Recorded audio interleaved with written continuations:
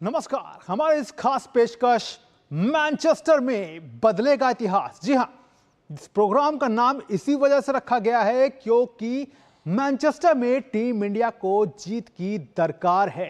Team India ने यहां अब तक 9 टेस्ट खेले हैं लेकिन टीम को जीत नहीं मिल पाई है। तो अब से थोड़ी देर के बाद यह मुकाबला भारत और इंग्लैंड के बीच शुरू हो जाएगा। निगाहें भारतीय टीम पर हैं, सवाल बहुत सारे हैं, लेकिन इन सवालों को दरकिनार कर भारतीय टीम को एक नए सिरे से खुद को सामने लाना होगा। तो अगले आधे घंटे हम अपने एक्सपर्ट्स से जानेंगे कि क्या कुछ वो तरीके होंगे जिनको अप्लाई भारतीय टीम को इस मुकाबले के लिए करना होगा। तो आइए शुरुआत करते हैं अपने इस खास कार्यक्रम मैनचेस्टर में बदलेगा इतिहास।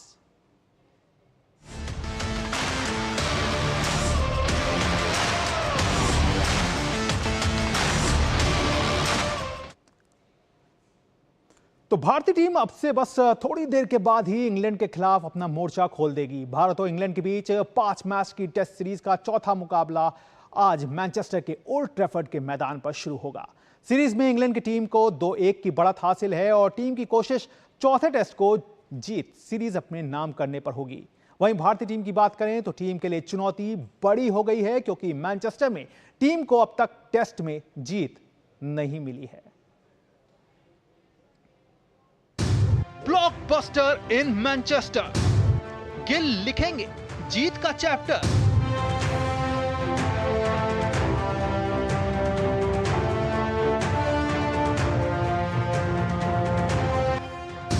ये एक ऐसा सवाल है जो टीम इंडिया पर सवार है क्योंकि अब हारे तो सीरीज हारे। मैनचेस्टर में जो अब तक नहीं हुआ उस कहानी को बदलने के लिए टीम इंडिया की सबसे बड़ी माथापच्ची प्लेइंग 11 को लेकर है। चोट से परेशान भारतीय टीम को जीत का मरहम लगाने के लिए ये तो तय है कि टीम बदलाव के साथ उतरेगी। तेज गेंदबाजी में मोहम्मद सिराज और जसप्रीत बुमराह लीडर के तौर पर सामने होंगे, जबकि उनका साथ देने के लिए तीसरे तेज गेंदबाज के तौर पर अंशुल कंबोज अपनी जगह बना सकते हैं। वहीं बल्लेबाजी में साई सुदर्शन के लौटने की उम्मीद है। टीम इंडिया के लिए मैनचेस्टर की कहानी चुनौतीपूर्ण रही है, लेकिन अगर इस पूरी सीरीज में देखा जाए तो टीम लीड्स और लॉर्ड्स दोनों टेस्ट में कंट्रोल स्थिति में रहते हुए मैच हारी। इस टीम के लिए देखा जाए तो सबसे बड़ी समस्या ब्रेक टाइम से पहले और बाद में विकेट गंवाना रहा, जो जाहिर तौर पर टीम के लिए सबसे बड़ी चिंता है। वहीं इंग्लैंड की बात करें तो इंग्लिश टीम लॉर्ड्स टेस्ट जीत कर आ रही है और मैनचेस्टर में टीम भारत से कभी हारी नहीं है और यही बात टीम के लिए सबसे बड़ी टॉनिक है। जोफ्रा आर्चर के जुड़ने से यकीनी तौर पर इंग्लिश टीम को फायदा हुआ है। स्पिनर बशीर अहमद चोट के चलते बाहर हैं और उनकी जगह लियाम डॉसन प्लेइंग 11 में दिखेंगे। कुल मिलाकर इंग्लैंड कंट्रोल सिचुएशन में है और टीम इंडिया के लिए लड़ाई मैदान और मनोवैज्ञानिक दोनों तौर पर है। Sports desk, DD news. तो वाकई निगाहें जो हैं वो अब शुभमन गिल पर होंगी, उनके प्रदर्शन पर होंगी, क्योंकि पहले 2 टेस्ट में तो उन्होंने शानदार प्रदर्शन किया, लेकिन तीसरे टेस्ट में आकर के उनका प्रदर्शन की जो गाड़ी थी वो भी कहीं ना कहीं सवालों के घेरे में आई। और फिर जिस तरह से उन्होंने फैसले लिए और तमाम बातें हैं जो कि अब कहीं ना कहीं इन बातों के शोर से जो है वो भारतीय टीम को हटना होगा और एक फ्रेश माइंड के साथ जो है वो इस मुकाबले को देखना होगा, क्योंकि यहाँ पर अब जीत के सिवा कहना चाहिए कि जीत तो चाहिए और ड्रॉ करा लेते हैं तो फिर एक मौका और आपके पास रहेगा आगे ओवल में। तो इस खास मुकाबले पर हमारे साथ बात करने के लिए हमारे साथ जुड़ रहे हैं हमारे मेहमान अजय मेहरा, पूर्व क्रिकेटर, और साथ ही हमारी संवाददाता न्यूज रूम से सुचित्रा। तो सबसे पहले अजय आपके पास आते हैं और जिस तरह से इस पूरे इस समीकरण को देखा जाए, क्योंकि अगर पूरी सीरीज को अभी तक जितने मैच हुए हैं उसमें देखा जाए अजय, तो टीम जो है वो कंट्रोल सिचुएशन में रही है। एजबेस्टन में आपने मुकाबला जीता, बाकी 2 टेस्ट में भी आप कंट्रोल सिचुएशन में होते हुए मैच हारे हैं, लेकिन अब ये मुकाबला इसको किस तरह से देखते हैं एक ऐसे समय जबकि चोट जो है वो आपके सामने एक बड़ी समस्या बन के सामने है?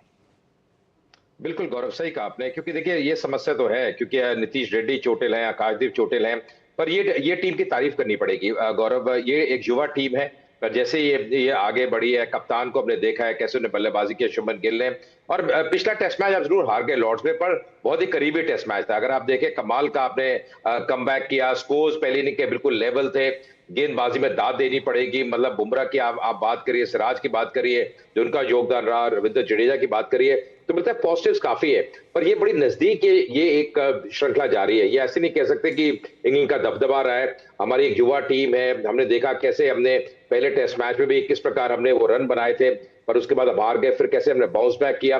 पर अब काफी बड़ा ये मुकाबला रहेगा मैनचेस्टर में। और यहाँ पे देखिए, इतिहास हमारे साथ है नहीं, पर मुझे लगता है कि अगर आप अच्छी क्रिकेट खेलेंगे, जो भारतीय टीम खेलती आई है, और कई बार जब बदलाव होते हैं ना, अंशुल कंबोज को अगर जगह मिलती है, इनको मैंने बहुत देखा है डोमेस्टिक क्रिकेट में गेंदबाजी करते हुए, बहुत बढ़िया गेंदबाज है। और अब ओवरकास्ट कंडीशंस यहाँ पे मानी जा रही हैं, तो मुझे लगता है उनको मदद मिलेगी। मुझे लगता है अगर आप दमखम से खेलेंगे, जो गलती आपने की है, जो आपने बताया भी एनालिसिस में, ब्रेक के बाद विकेट मत खोइए। मुझे लगा ऋषभ पंत की जो विकेट थी गौरव, पहले टेस्ट मैच में जो रन आउट हुए थे स्टोक्स द्वारा, वहां से कहानी में ट्विस्ट आ गया, क्योंकि रविंद्र जडेजा के साथ उनकी साझेदारी बहुत बढ़िया चल रही थी। वहां पे वो विकेट गिरी, वो दबाव अलग नजर आया। पर अब देखिए, ये टर्निंग पॉइंट रहते हैं मुकाबले के, पर मुझे कहीं ना कहीं ये टीम में दमखम है बाउंस बैक करने का, और मुझे पूरा विश्वास है ये टेस्ट मैच में भारतीय टीम अच्छा खेलेगी। बिल्कुल, भारतीय टीम को अच्छा खेलना भी होगा, क्योंकि अब तो सवाल जो है वो सीरीज पर आकर टिका है। हमारे साथ न्यूज़ रूम से हमारे संवाददाता सुचित्रा भी हैं। सुचित्रा, इस मुकाबले के लिए सबसे ज़्यादा जो माथापच्ची है वो प्लेइंग 11 को लेकर के है, तो क्या लगता है आज प्लेइंग 11 में किसे बाहर, क्योंकि कल की अगर प्रेस कॉन्फ्रेंस देखें तो शुभमन गिल ने काफ़ी हद तक तो साफ कर दिया है कि कौन क्या कुछ प्लेइंग 11 रह सकती है, लेकिन फिर भी आपसे जानना चाहेंगे कि आज किसे मौका मिल सकता है और कौन बाहर रह सकता है। जी बिल्कुल गौरव, जो सबसे बड़ा एक प्रश्न बना हुआ है वो अंशुल कंबोज और प्रसिद्ध कृष्णा, इन दोनों में से किसे चुनते हैं शुभमन गिल। लेकिन जिस तरह का कि उन्होंने जवाब भी दिया प्रेस कॉन्फ्रेंस में, कहीं ना कहीं एक हिंट दे दिया है कि अंशुल कंबोज जो हैं वो डेब्यू करते हुए नज़र आ सकते हैं। प्रसिद्ध कृष्णा को हालांकि जो कई पूर्व क्रिकेटर्स हैं वो उनकी पक्ष में दलील दे रहे हैं कि यहाँ का जो ट्रैक है ओल्ड ट्रैफर्ड का, ये प्रसिद्ध कृष्णा का जो गेंदबाजी का स्टाइल है उन्हें सूट कर सकता है, और उनका अगर पूरा पोटेंशियल टीम इंडिया को परखना है तो यहाँ पर उन्हें मौका दिया जाना चाहिए। लेकिन फिलहाल यही ज़्यादा संभावना लग रही है कि अंशुल कंबोज आज डेब्यू करते दिखाई देंगे, और कई जो चीज़ें हैं उनके पक्ष में जा रही हैं यहाँ पर। जिस तरह से टीम इंडिया ने, जैसे कि आपने भी बोला कि एक मैच जीता और 2 मैच जो हारे भी वो जीतने की स्थिति में थी टीम इंडिया, तो बेहद नज़दीकी मुकाबले थे जो हारी। तो यहाँ पर कहीं ना कहीं एक एक्स फैक्टर की टीम इंडिया को ज़रूरत है, एक सरप्राइजिंग फैक्टर की टीम इंडिया को ज़रूरत है इंग्लैंड की टीम को चौंकाने के लिए। तो अंशुल कंबोज जो हैं एक वो एक्स फैक्टर, एक सरप्राइजिंग फैक्टर यहाँ पर साबित हो सकते हैं शुभमन गिल के लिए। और उनके अगर गेंदबाजी के रिकॉर्ड को देखा जाए तो ज़्यादा लंबा स्पेल करने के लिए जाने जाते हैं अंशुल कंबोज। तो जसप्रीत बुमराह पर जिस तरह का हम वर्कलोड मैनेजमेंट की लगातार बात कर रहे हैं, तो एक ऐसे गेंदबाज की यहाँ पर ज़रूरत है टीम मैनेजमेंट को जो लंबे स्पेल्स डाल सके। तो यही उम्मीद फिलहाल नजर आ रही है कि आज के इस मुकाबले में अंशुल कंबोज डेब्यू करते हुए दिख सकते हैं। गौरव। बिल्कुल सुचित्रा, और अगर यहाँ की परिस्थिति को अभी देखा जाए, अजय आपसे ये सवाल है कि जिस तरह की परिस्थिति, जिस तरह की सुचित्रा ने भी बताई कि जो परिस्थिति है मैनचेस्टर की फिलहाल, उसको देखते हुए कहीं ना कहीं प्रसिद्ध कृष्णा को एक कंफर्ट साइज में रखा जा रहा है, लेकिन क्या आप इस बात से सहमत हैं? क्योंकि अगर अंशुल कंबोज का अगर निकाल कर देखा जाए तो वो लंबे स्पेल डालने में माहिर हैं, और काफी कुछ अभी डोमेस्टिक लेवल पे भी उन्होंने काफी अच्छा किया है। गौरव, मैंने दोनों गेंदबाजों को बहुत करीब से देखा है, और मैंने बहुत जब मैचेस में कमेंट्री में मैं करता हूं तो मैंने बहुत करीब से इनको देखा है। मुझे लगता है जो अंतर बहुत बड़ा रहता है इंग्लैंड में, जो लेंथ पे आप गेंदबाजी करते हैं, और जो गेंदबाज आप देखिए आगे गेंदबाजी करता है उसको ज्यादा फायदा मिलता है। प्रसिद्ध कृष्णा का जो थोड़ा सा एक जो समस्या रहती है, जैसे ऑस्ट्रेलिया के विकेट्स हैं, वहां पे थोड़ा सा बैकअप लेन गेंदबाजी कर सकते हैं, वहां उनको लाभ मिलता है। अच्छे गेंदबाज है, कोई डाउट नहीं है। मुझे लगता है जब इंग्लैंड में आप खेलते हैं, जैसे सिराज को हमने देखा, बुमराह को हमने देखा, जब भी आप गेंद को ऊपर डालेंगे, हमने इंग्लैंड के लिए देखा, बेन स्टोक्स को देखा, क्रिस वोक्स को देखा, जोफ्रा आर्चर पिछले मैच में, हालांकि उनके पास गति बिल्कुल अलग प्रकार की है, पर जितना गेंद को आप आगे रखेंगे ना उसका आपको फायदा मिलता है, और इसी श्रेणी में अंशुल कंबोज आते हैं। मुझे लगता है प्रसिद्ध कृष्णा जो पहले टेस्ट मैच में देखा था, बहुत साधारण गेंदबाजी करी, बहुत बैकअप लेंथ गेंदबाजी कर रहे थे। देखिए T20 फॉर्मेट में वो चल जाता है, क्योंकि बल्लेबाज कई बार मारने के लिए जाता है, पर मुझे लगता है कहीं ना कहीं ये जो आइडियल लेंथ की आप बात करते हैं, जब बल्लेबाज को आगे धकेलते हैं फ्रंट फुट में, वहां पे अंशुल कंबोज एक अच्छे गेंदबाज है, जो मैंने उनको बहुत करीब से देखा, तो मुझे लगता है कि शायद उनको मौका मिलना चाहिए। और अब देखिए, ये अभी इंग्लैंड ए के साथ भी खेल रहे थे, इंडिया ए के पूर्व में भी गए थे, तो कंडीशंस भी देखी गई है उनके द्वारा, विकेट भी देखी गई है वहां पे किस प्रकार की है। तो ये एक अच्छा एक चेंज होगा। और इंग्लैंड के बल्लेबाजों ने उनको यार देखा नहीं है, पढ़ा नहीं है। प्रसिद्ध कृष्णा को वो देख चुके हैं, कई बार आपने उनको खेला भी है, तो लगता है जब अब एक सरप्राइज पैकेज आता है उसका आपको लाभ मिलता है। जी बिल्कुल, जाहिर तौर पर अब से बस थोड़ी देर के बाद इस बात से भी हालांकि पर्दा उठ जाएगा कि इन दोनों में से कौन जो है वो प्लेइंग 11 में जगह बना लेता है। लेकिन इससे पहले जान लेते हैं, पूर्व क्रिकेटर और चयनकर्ता जतिन परांजपे का मानना है कि भारतीय टीम मैनचेस्टर के इतिहास को दरकिनार करते हुए बाउंस बैक करने में जरूर कामयाब होगी। जतिन परांजपे से खास बात की हमारे संवाददाता नारायण सिंह ने। इंग्लैंड और भारत की सीरीज़ अभी चल रही है और इस वक्त इंग्लैंड 2-1 से आगे है सीरीज़ में। इस वक्त हमारे पास बात करने के लिए हैं पूर्व भारतीय क्रिकेटर जतिन परांजपे जी। सर, आपका स्वागत है। किस तरह से देखते हैं, इंडिया बहुत ही बेहतरीन खेला पूरे तीनों टेस्ट मैच में। ऐसा लग रहा था कि दो टेस्ट मैच तो जीतने ही थे, एक टेस्ट मैच इंडिया जीता तो स्कोर लाइन शायद 3-0 होता। क्या लगता है सर, कहाँ कमियाँ रही भारतीय टीम में? आई थिंक थोड़े केयरलेसली खेले। जो इम्पोर्टेंट पॉइंट्स थे, जब भी हम क्लियरली स्ट्रॉन्ग पोजीशन में थे, आई थिंक वो पॉइंट्स हमने वो जो पैसेजेस ऑफ प्ले है वो हमने कैपिटलाइज नहीं किए। सो आई थिंक एक फोकस ज़रा थोड़ा कम पड़ गया इंडियन टीम का। ऋषभ पंत का जो रन आउट था वो एक नीडलेस था कम्प्लीटली। अगर वो पार्टनरशिप 50-60 रन और ऐड करती तो वो पूरे मैच का रुख बदल जाता उससे। सो आई थिंक थोड़ा और केयर और थोड़ा कॉन्शियसली केयरफुली खेलने चाहिए बाकी दोनों टेस्ट मैचेस। जो ड्यूक बॉल की कंट्रोवर्सी आ रही है, जो लगातार कि लग रहा है कि 30 ओवर के बाद काफ़ी वो पिचक रहा है बॉल, और बार बार देख रहे हैं कि जो प्लेयर्स भी इस चीज़ को क्रिटिसाइज़ करते हैं, तो क्या इस बात को लेकर आईसीसी को संज्ञान लेना चाहिए कि ड्यूक बॉल लगातार जो परेशानी का सबब बन रहा है? आई थिंक थोड़ा रेगुलरली हो रहा है ये सीरीज़ में। सो आई एम श्योर आईसीसी सोचेगी इसके बारे में। और ड्यूक्स का जो बॉल है वो पहले इतने कंप्लेंट्स नहीं थे। सो मे बी ये जो बैच है बॉल्स का, शायद ये क्वालिटी वाइज उतना आया नहीं है। At the end of the day जो बॉल्स बनते हैं वो एक हैंडमेड एफर्ट है, वो कारीगर पे डिपेंडेंट होता है। तो शायद ये बैच थोड़ी 19-20 होगी, लेकिन देखते हैं अभी नेक्स्ट 2 टेस्ट मैचेस में क्या होगा। जिस तरह से भारतीय टीम ने ओवरऑल एक यंग टीम है सर, इसमें बड़े खिलाड़ी नहीं है, रोहित शर्मा नहीं है, विराट कोहली नहीं है और अश्विन नहीं है, मोहम्मद शमी भी नहीं थे, तो किस तरह से देखते हैं कि जिस तरह से पूरा क्रिकेट उन्होंने खेला, इंग्लैंड में सीरीज जीतना मुश्किल होता है, 2007 के बाद जीते नहीं है, तो इस यंग टीम को कैसे आंकेंगे आप? नहीं, ये यंग टीम बहुत ही काबिल टीम है। ये जो बड़े प्लेयर्स अभी नहीं है, ये तो ट्रांजिशन का मामला है। ये टीम बहुत ही काबिल है और मुझे तो पूरा कॉन्फिडेंस है कि बाकी 2 टेस्ट मैचेस है वो हम जीतेंगे। और ये ट्रांजिशन है, ये तो नेचुरल है ही, हर स्पोर्ट में हर टीम में ये होता है। लेकिन ये टीम के साथ ये टीम पर हमें भरोसा रखना चाहिए, हमारा भरोसा कायम रहना चाहिए ये टीम पे, और ये उभरती आएगी। बिल्कुल, जिस तरह से जतिन परांजपे ने कहा कि 2 टेस्ट मैचेस अभी बाकी हैं और पूरी उम्मीद है कि भारतीय टीम से बाउंस बैक करेगी और हमें अपनी युवा टीम पर पूरा भरोसा है। कैमरा पर्सन पीयूष के साथ नारायण सिंह, डीडी न्यूज़, दिल्ली।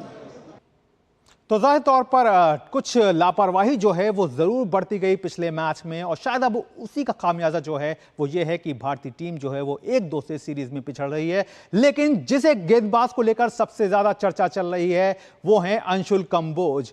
तो कौन है ये गेंदबाज, इस वीडियो वॉल के जरिए अब हम समझते हैं। अंशुल कंबोज दाएं हाथ के तेज गेंदबाज हैं जो कि हरियाणा से आते हैं, और इन्होंने इंडिया ए की तरफ से शानदार अपना दौरा किया था। हाल ही में इन्होंने दौरा किया था जहां पर 2 मैचों की 3 पारियों में ये 5 विकेट लेने में कामयाब रहे थे। इसके अलावा निचले क्रम के उपयोगी बल्लेबाज हैं, इस पर टीम की बहुत ज्यादा निगाह है। 24 फर्स्ट क्लास मैच में 486 रन है और 79 इन्होंने विकेट लिए हुए हैं। सबसे बड़ी बात क्या है कि आईपीएल में भी इन्होंने अपना जलवा दिखाया था, जहां पर इन्होंने 8 मैचों में 8 विकेट लिए थे। चेन्नई सुपर किंग्स की ओर से ये उतरे थे। लेकिन इससे बड़ी बात डोमेस्टिक क्रिकेट की जो बात हो रही है, तो केरल के खिलाफ रणजी ट्रॉफी में मैच में इन्होंने 10 विकेट निकाले थे और अपनी प्रतिभा को उन्होंने वहीं से सामने रखा था। लंबा स्पेल करने की क्षमता है, क्योंकि इस समय बहुत ज्यादा वर्कलोड मैनेज करने की भी बात हो रही है।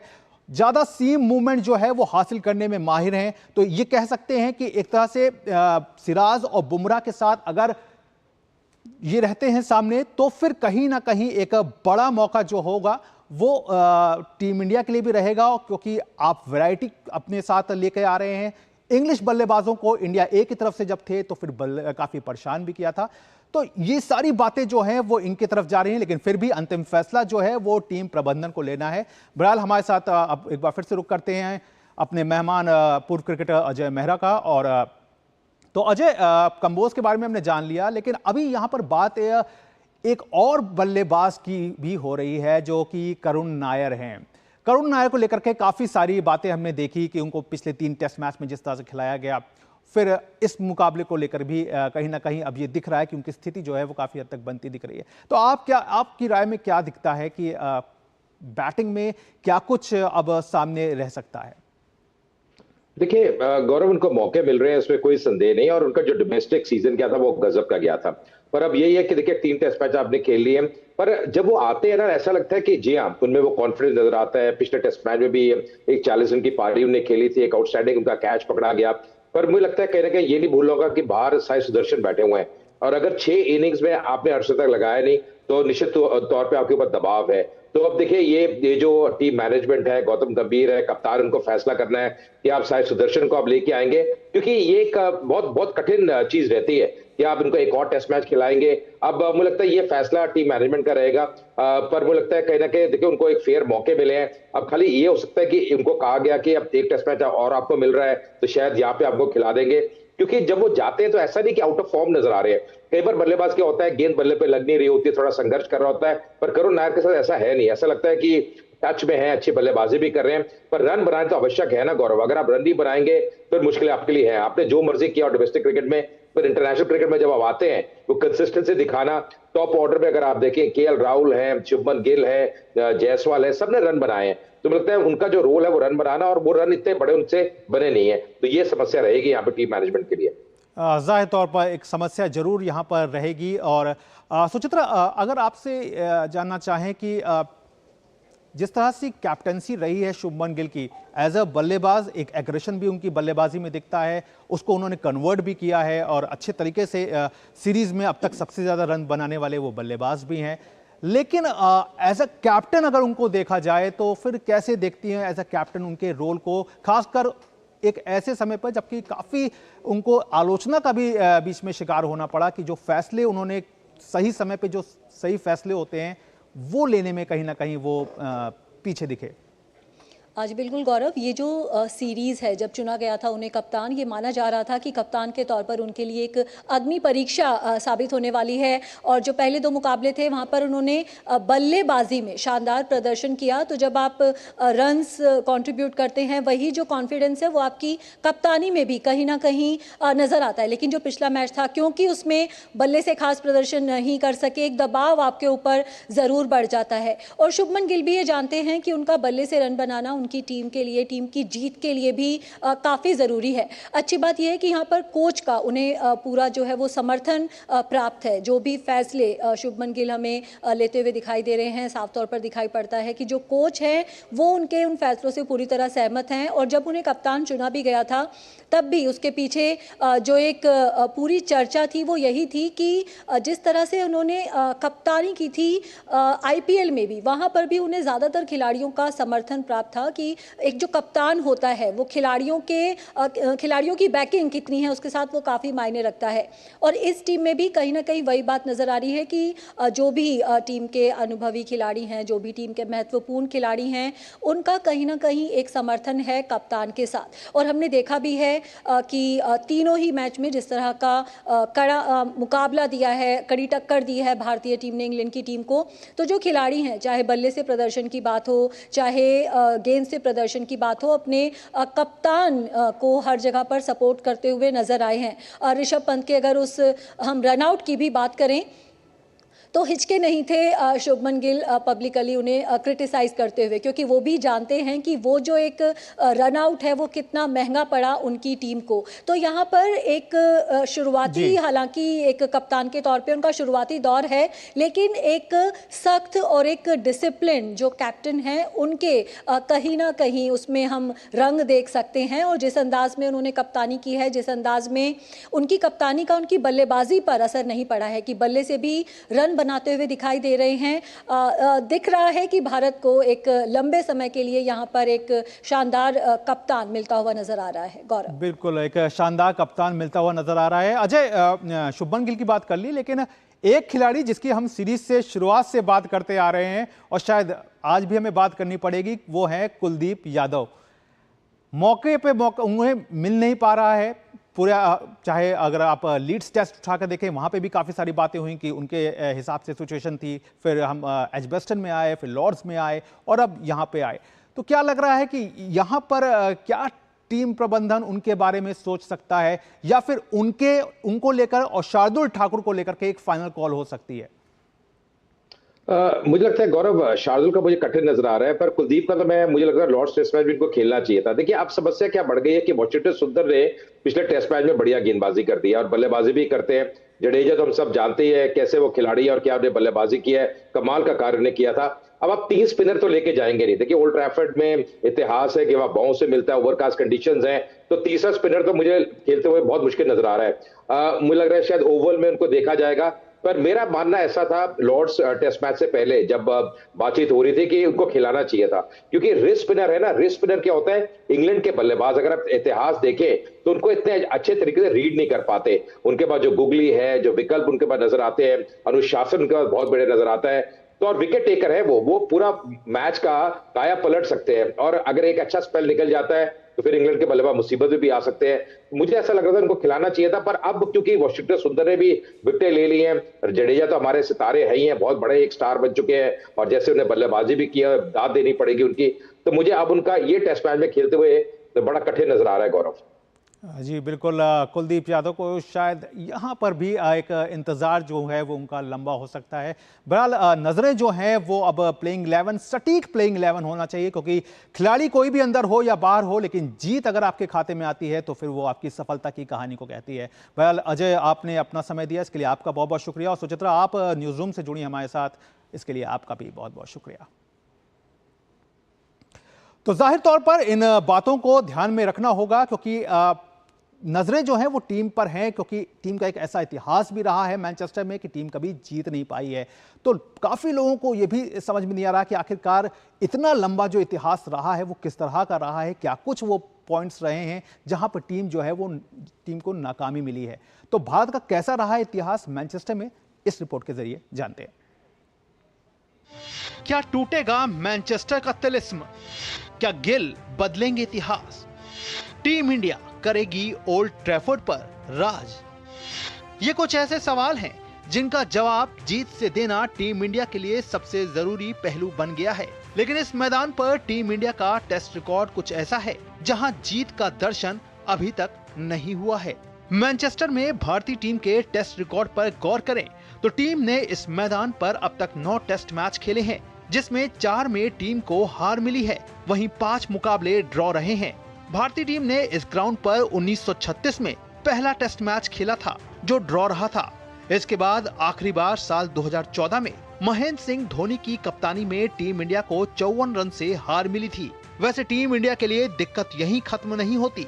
इस मैदान पर टीम इंडिया 1952 में महज 58 रन पर सिमट गई थी। ऐसे में गिल एंड कंपनी को न केवल मौजूदा परिस्थितियों का सामना करना होगा, बल्कि बीते समय की इन यादों को भी खुद से दूर रखना होगा। जिस तरह से हमारी टीम खेल रही है, यंग, जिस तरह से कहते हैं कि यंग प्लेयर सारे खेल रहे हैं, तो उस तरह जिन्होंने पिछले 2-3 मैच में परफॉर्मेंस दी है, बैट्समैन की बात करें या बॉलिंग की, तो सबने बेस्ट परफॉर्मेंस दी है। तो आने वाले अगले मैचेस मेरे को ऐसा लगता है कि हम ये सीरीज जीतेंगे। इस कड़ी में सबसे जरूरी पहलू सटीक प्लेइंग 11 का चुनाव होगा। किसी खिलाड़ी पर जरूरत से ज्यादा निर्भरता या फिर किसी को लगातार नजरअंदाज करना टीम इंडिया के लिए इस सीरीज में बड़ी दिक्कत पैदा कर सकता है। Sports desk, DD news. तो वाकई अब बस थोड़ी देर के बाद, चंद मिनटों के बाद अब टॉस हो जाएगा और टॉस के साथ ही ये भी तस्वीर साफ हो जाएगी कि भारतीय टीम की प्लेइंग 11 क्या है। बहरहाल यहां पर टीम को सबसे ज्यादा जो ध्यान देना है वो अपने एक बार करना चाहिए कि अपने कॉन्फिडेंस को जो है, कॉन्फिडेंस बिल्डिंग मेजर है, उसको बरकरार रखना होगा, क्योंकि सबसे जरूरी यही बात इस वक्त टीम के लिए होगी। हमारी आज की इस खास पेशकश में फिलहाल इतना ही। हमारी पूरी स्पोर्ट्स टीम को दीजिए इजाजत। नमस्कार।